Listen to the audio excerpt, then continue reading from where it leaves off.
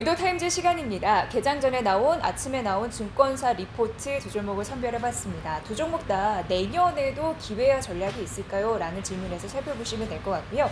대표적으로 지난 거래일 많이 올랐습니다. 또 연중 최고가를 썼던 삼성전자 이야기부터 나눠보도록 하겠습니다.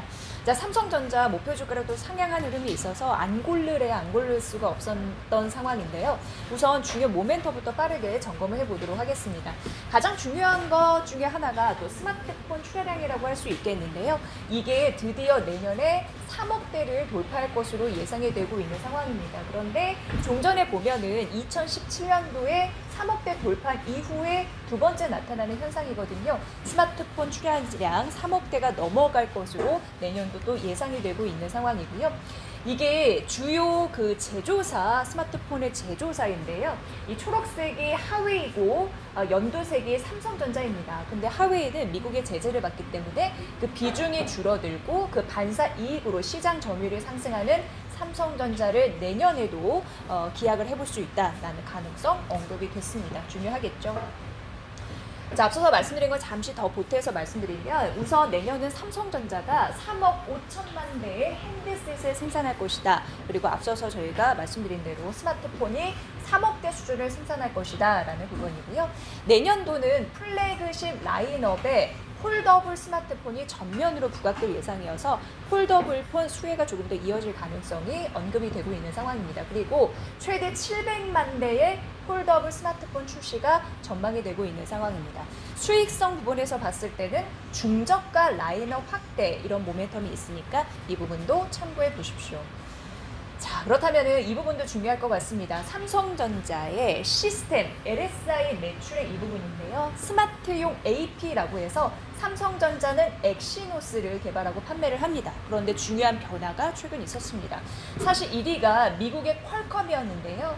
이를 따돌리고 이제 1위가 아닙니다. 대만의 미디어텍이 이거 승부수를 잡았습니다. 여전히 3위는 삼성전자고요. 그런데 중요한 게 대만이 퀄컴을 따돌리면서 미디어텍이 1위를 차지했다라고 말씀드렸는데 대만과 삼성전자가 보는 방향이 같습니다. 비포, 오포, 샤오미. 그렇기 때문에 삼성전자도 점유율 확대를 위해서 앞으로도 이쪽의 매출을 더 당길 가능성이 있다. 이렇게 애널은 분석을 했습니다. 참고해 보시고요.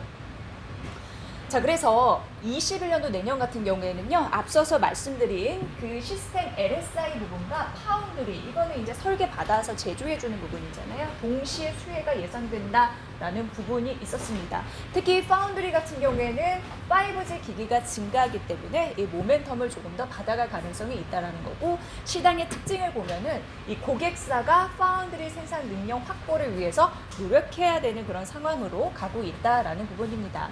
중요한 부분은 삼성전자 역시 AP 라인업을 확대하고 중국을 중심으로 마케팅 활동을 활발하게 펼치고 있어서 실적 상승이 기대가 된다라는 언급도 있었습니다.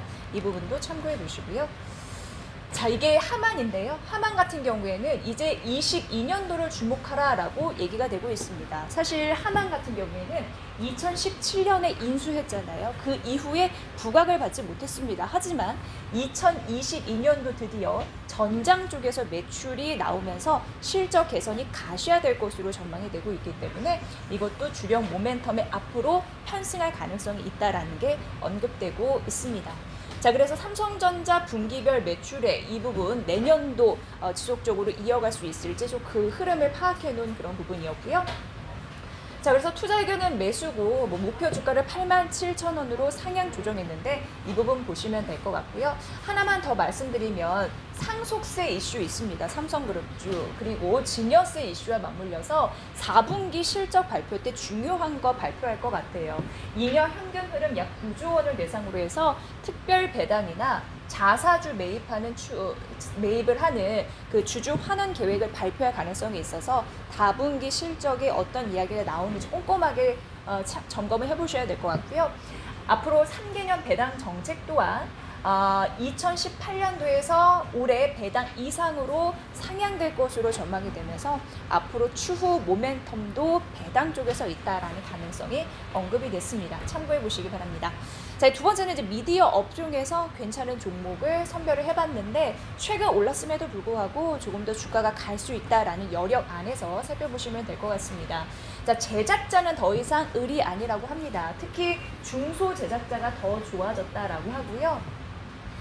이제는 긍정적인 흐름들이 킹덤에 이어서 스위트홈 많이들 보실 것 같은데 스위트홈의 성공으로 이제 헐리우드이 두렵지 않다라고 얘기가 되고 있습니다. 결국 A스토리 그리고 스튜디오 드래곤이 여전히 탑픽 종목이다라고 얘기되고 있는 상황인데요. 이 얘기를 이제 해보도록 하겠습니다. 자, A스토리의 주가는 최근 급격히 올랐는데 더 갈 것이다 라고 예상을 했고 스튜디오 드래곤 같은 경우도 최근 반등 모멘텀이 있었는데 추가적으로 더 갈 수 있다라고 하면서 투자 메리트 탑픽 종목으로 골랐다라는 부분 말씀드리고요. 지금 넷플릭스에서 스위트홈이 굉장한 그 괴력을 발휘하고 있는 상황인데 스위트홈이 우리나라에서 3등이 아니라 전체 넷플릭스 글로벌 시장에서 3등을 하고 있는 상황이고 중요한 거는 글로벌 경쟁력도 중요한데 미국 시장에서 지금 3위라고 합니다. 왜냐하면 이거는 미드 경쟁력을 이제 우리가 확보했다라는 것과 다르지 않기 때문에 굉장히 중요한 그런 모멘텀으로 자리 잡고 있는 상황이고요. 앞으로 미국 쪽에서 순위가 3위이기 때문에 앞으로 그런 제작사의 역량이 더 확대가 되면서 실적으로도 고스란히 번질 수 있다는 가능성이 언급이 되고 있는 그런 상황입니다. 자, 우선 긍정적인 흐름들을 보면요. 한국에서는 반값에 탑5 콘텐츠 제작이 가능하기 때문에 이렇게 되면 미니멈 500억짜리에서 크게는 1000억짜리 프로젝트 수주가 가능한 상황이다라는 부분이고요. 또 중요한 부분만 말씀드리면 스위트홈이 모든 것이 완벽한 드라마는 아니었는데 그래도 성공했다라는 것에 앞으로 추가적인 그런 모멘텀을 더 말할 수 있다라는 부분이고요. 더 중요한 거는 우리도 앞으로 최선을 다하면 프로젝트 마진이 35% 이상 충분히 가능하다라는 연결고리 한번 찾아서 또 읽어보시면 도움이 되실 것 같습니다. 자, 그리고요. 글로벌 인터넷 이 시장에서 넷플릭스와 아마존 이용자의 비율이 아시아권이 굉장히 늘어나고 있는 상황이고요. 특히나 이제 동남아시아에서 넷플릭스나 그리고 그 아이치가 매출 비중이 압도적으로 지금 증가하고 있는 상황인데 동남아 시장 같은 경우에는 우리나라 OTT가 글로벌 시장 경쟁력을 동남아 시장에서도 알리는 원년이 올해였다면 내년은 이제는 시작이다라는 부분이에요. 자연스럽게 매출로 증가할 가능성이 있다라는 부분에서 동남아 시장에서 이 증권사에서는 인도 시장을 더 긍정적으로 바라봤습니다. 이 부분까지 참고해 보시면 될 것 같습니다. 자, 그럼 그래서 무슨 종목을 사야 될까? 지속적으로 앞에서 언급되었던 탑픽은 스튜디오 드래곤과 A스토리다라고 보시면 될 것 같고요. 현재 시장의 흐름이 너무 좋다고 합니다. 중소 제작자 랠리를 보여주고 있는데 이게 대형주 반등을 이끌 거고 그리고 섹터 내에 미디어 업종 섹터 내에 멀티플을 상향시켜서 결국 중소 제작 2차 리레이팅까지 이렇게 선순환 구조가 될 것이다 라고 얘기가 됐고요. 많은 분들이 중소형 선호도 이거에 대해서 물어보나 봐요. 그래서 스튜디오 드래곤과 더불어서 A스토리가 중소 제작사 중에서는 가장 좋다라고 얘기를 했고요. 이유는 대작이 일단 있고 IP를 보유하고 있기 때문에 긍정적으로 얘기했습니다. 결국 탑픽은 스튜디오 드래곤과 그리고 A스토리다라고 얘기했으니까 덩치 큰 순서대로 여러분 잘 보시면 좋을 것 같네요. 자, 내년에 실적에 대한 기회를 잡을 수 있는 모멘텀이 상당하다라고 보여진 미디어 업종 내의 두 종목과 삼성전자 이슈까지 만나봤습니다. 여의도 타임즈 시간이었습니다.